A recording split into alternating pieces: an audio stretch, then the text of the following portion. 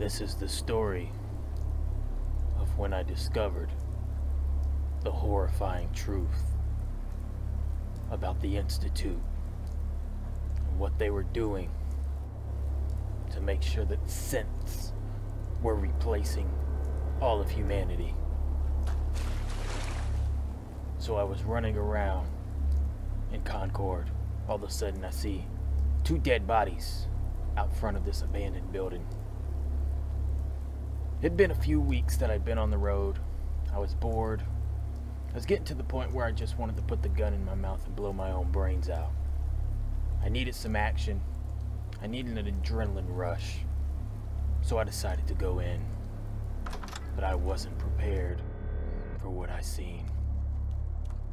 I walk into this house. There are bodies everywhere. Blades in them.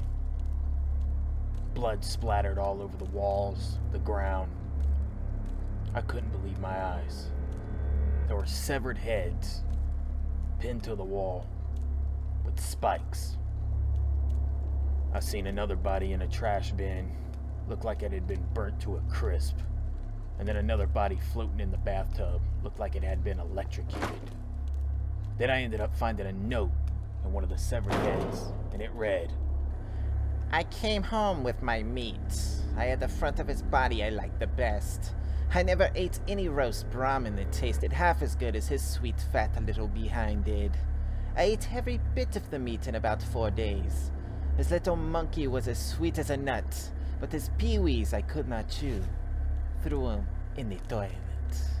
It would have made me mentally retarded.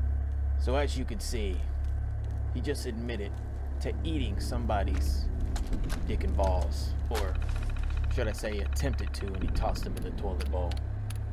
This person was a sick, sadistic individual. So I searched the house for more clues, trying to figure out who could have possibly done all this.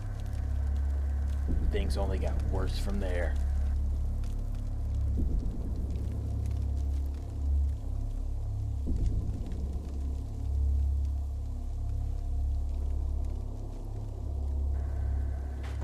I ended up finding a random key in the toilet bowl that sick son of a bitch threw that poor guy's peewees into.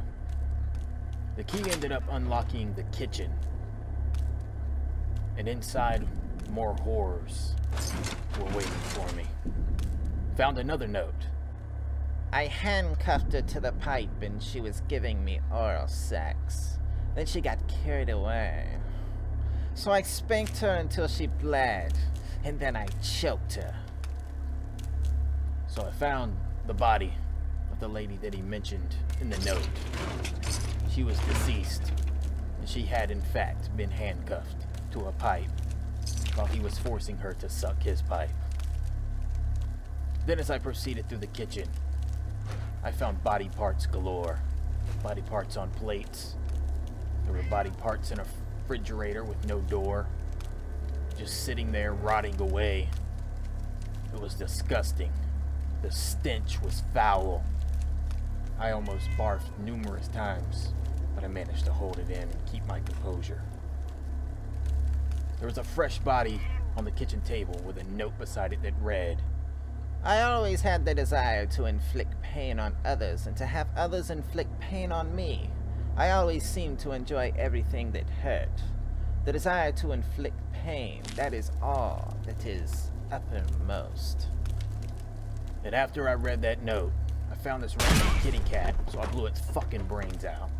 Because I don't trust no feline roaming around in a gross-ass house filled with corpses. And it's a good thing I killed that little shit, because I found a pair of keys in its ass. Afterwards, I looked on the wall and seen a note that said, "You look nice today." And for a split second, I felt good about myself, till I realized that was some poor victim's blood that he used to write that note. Then I was back feeling shitty again. Then I found this random note on a washer that read, I like children. They are tasty. And afterwards, you won't believe what I found. I actually found the corpse of a poor innocent child next to that washer. And I was starving. So I'm not gonna lie. I ate that little fucker.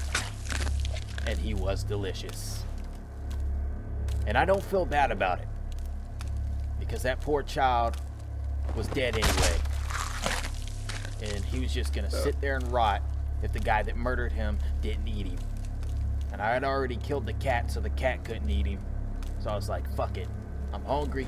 I'm gonna stuff my face right now. That way I won't be tempted to eat anything else later on. I ended up continuing my search around the kitchen. And at the bottom of that open refrigerator that was holding all the body parts, I found a button. I pressed it. I did not know what it was for until about 60 seconds later, when I was about to head out, and I seen that it had opened a bookshelf. And in that bookshelf, there was a corpse hanging from the ceiling and a mutilated corpse on a table next to a bone saw and another pair of keys and another note that read, I cut one of my belts in half, slit these halves in 6 strips about 8 inches long. I whipped his bare behind till the blood ran from his legs. I cut off his ears, nose, slit his mouth from ear to ear, gouged out his eyes. He was dead then. I stuck the knife in his belly, held my mouth to his body, and drank his blood. So after reading that note, I started to feel sick to my stomach. Not because of what the note said, but because I realized I had eaten raw flesh off of a child and a woman. And I could feel my stomach rumbling as I was searching this house for more clues. I ended up entering another room that was upstairs. Found a man on a dead-end sign. Found a guy missing his head with an axe in his back. Disgusting shit. Then I found another note that read, I'm not a very likable person. I only have one friend, my cat. I've never had a desire to eat animals. They're just not as tasty as humans. I can never bring harm to my cat. He provides comfort in ways humans cannot. I did have to give him an operation last week, though. I think I dropped something in him during the surgery, but he seems fine. All the blood makes my hands very slippery, but I love the feel, the smell, and most of all, the taste. So after reading that note, I didn't feel 1 ounce of guilt for blowing that stupid cat's brains out. Any pet of a psychopathic, serial-killing cannibal deserves to die. I don't care how cute and furry they are. So I ended up entering another room filled with more dead bodies and body parts and decapitated corpses. This man was sick. Every room of this house was filled with something disgusting. I ended up searching a room. And inside of a broken TV there was a teddy bear. And behind that teddy bear there was a button. This guy had this place rigged up. So I ended up finding the sick fuck's bedroom, and there was an extremely bloody mattress, which leads me to believe that this guy was probably not only a cannibal and a serial killer, but also a necrophiliac. I think he probably killed the people, had sex with them, then chopped them up and ate them.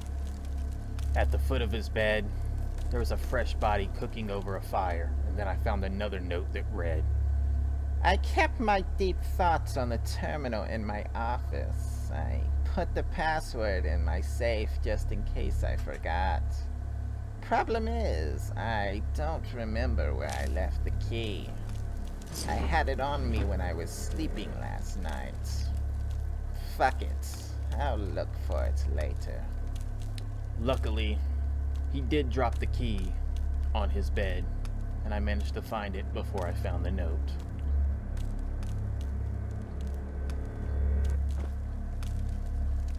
I ended up going behind another bookshelf in his bedroom, and there was a little mini passageway coated in blood, gore bags, human skulls, hanging decapitated corpses.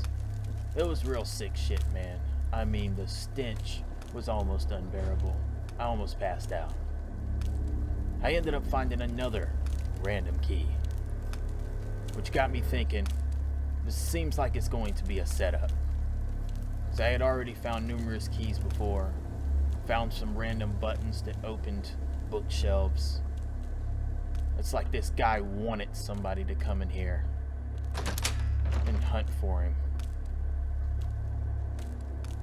Ended up going into his office, looked in his safe, didn't really find too much, except another random key on his desk for the basement and a note. The note pretty much gave ingredients for some sick, cannibalistic martini. And also in the office, there was a big prison cell, and inside of it were tons of body parts, along with a dead dapper dude sitting in an electric chair. Now, I'm not gonna spoil the end of the story right now, but this dapper dude plays a pretty important role into what I found out. And I also found a note that read, I have no particular desire to live. I have no particular desire to be killed. It is a matter of indifference to me.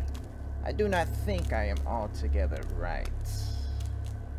So after I read that note, I continued my journey through this creepy-ass house, on the hunt for that disgusting son of a bitch, so that I can make him pay for all of this sick shit that I keep coming across.